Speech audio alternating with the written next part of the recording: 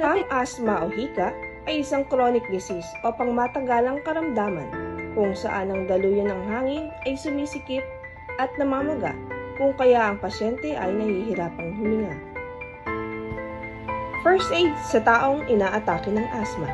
Laging i-consider ang safety ng paligid bago tumulong.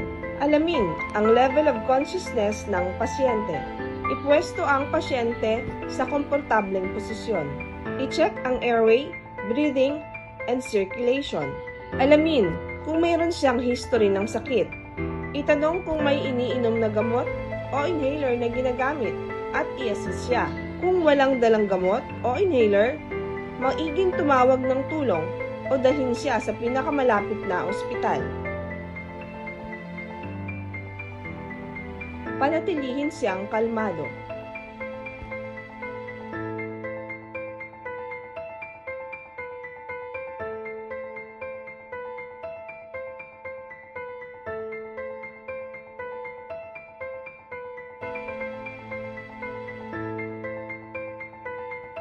Laging tandaan, an ounce of prevention is better than a pound of cure. Jail Officer Tuhana Cindy Gregorio, ang inyong nurse, jail officer.